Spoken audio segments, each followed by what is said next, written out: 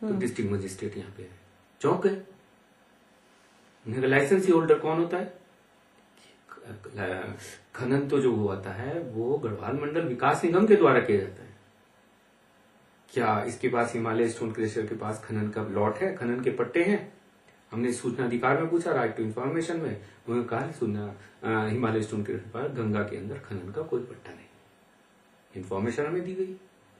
जो counter affidavit लगने थे, जो जब पिटिशनर ने काउंटर जिनको किया था, उनमें से जो गढ़वाल मंडल विकास निगम था मेन, जिसके पास खनन की अनुमति होती है, जो खनन करने वाला होता है, उसने काउंटर नहीं लगाया, उसने अपने आप को विड्रॉ कर लिया। अगर वो काउंटर लगा देते तो आज इतनी घटनाक्रम नहीं होती, हाईकोर्ट ऑर्डर नहीं देता। तो ये अपने आप में एक षड्यंत्र के तहत में कोलैबोरेशन, इसको हमने ऑर्गेनाइज करप्शन का काम दिया, क्योंकि ये ऑर्गेनाइज करप्शन है। एक दूसरे के साथ मिलने के बाद इसको ऑर्गेनाइज किया गया और उसके अंदर यहाँ के तहसीलदार हो, यहाँ का जो खनन की जिन्होंने जांच तैयार की है वो है, उसके बाद डीएम है, उसके बाद कमिश्नर है, उसके ऊपर कौन है उसका मुझे नहीं पता, लेकिन ये सब लोग इम्प्लीकेटेड हैं और ये प्रूव्ड है। These are proved. We have got documents.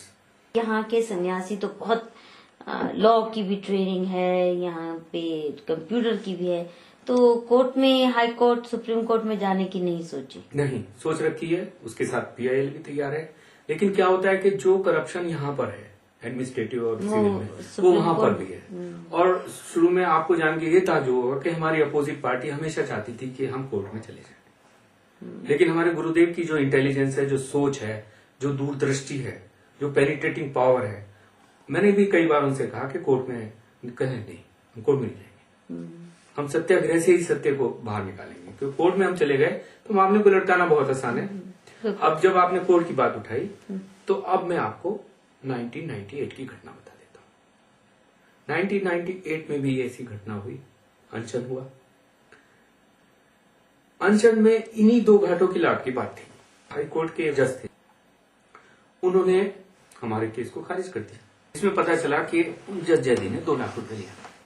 तो कोर्ट के इसी करप्शन को लेके इलाहाबाद के अंदर एक अनशन, और हमें बता दिया गया था कि हाई कोर्ट के सामने आप अनशन पे बैठेंगे तो आपको तुरंत उठा दिया जाएगा, आप 1 घंटा भी बैठ के दिखा दीजिए।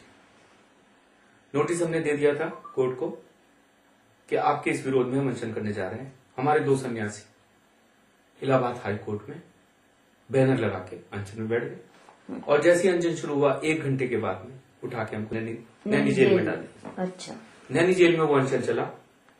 उसके बाद उस समय हाई कोर्ट यूपी के चीफ जस्टिस थे मिस्टर ए के मित्रा, और यहाँ के डिस्ट्रिक्ट मजिस्ट्रेट ने उसको कोलैबोरेट किया। हमारी डिमांड्स को पूछा गया, उनको बताया गया कि ऐसे ऐसे सन्यासी जेल में अनशन है, ये डिमांड है और ये ट्रुथ पर है। तब मिस्टर मित्रा ने गुरुदेव से मीटिंग की। गुरुदेव इलाहाबाद गए, चीफ जस्टिस मिस्टर मित्रा से बात हुई। बाद में गुरुदेव ने जब ये बताया कि आपके इसमें करप्शन है और ये भ्रष्टाचार की वजह से हमारे केस या और केस खराब होते हैं, ऐसी कुछ बातें हुई जिसमें उनको इनकी बात माननी पड़ी। बाद में हमारे दूसरे पीआईएल केस हुए और उसमें हम जीते और खनन माफियाओं को ब्लैक लिस्टेड तक करा दिया गया था। और ये 5 के 5 घाट उस समय के बंद थे।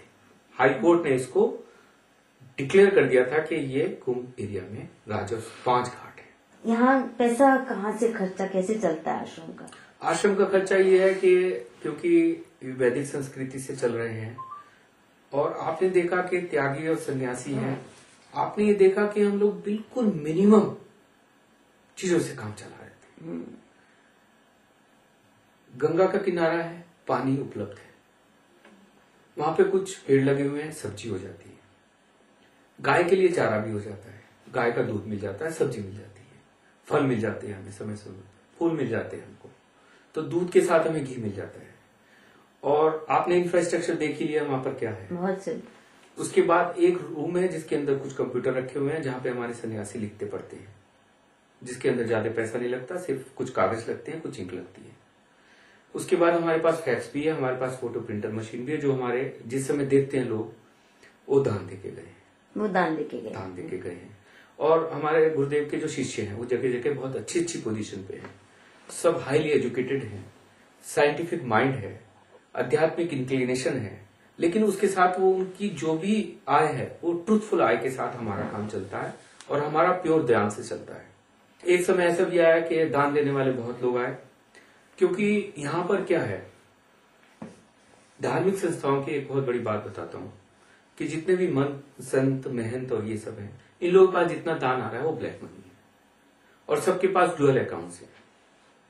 जो जिनके पास ब्लैक मनी होता है वो महात्मा के नाम से एक अकाउंट खोलता है, अपना पैसा उसमें रखता है, उसी से इस्तेमाल करता है, जाता है, उसका कुछ परसेंटेज महात्मा को मिलता है। करप्शन बढ़ा, करप्शन से ब्लैकमेलिंग हुई, ब्लैक मनी जब आ गई तो वो कहीं ना कहीं रखने का जगह आई और वो रखने का जगह धार्मिक संस्थाएं। आज हिंदुस्तान में जितनी बड़ी बड़ी धार्मिक संस्थाएं हैं उनके अंदर जो पैसा आ रहा है वो 99% ब्लैक मनी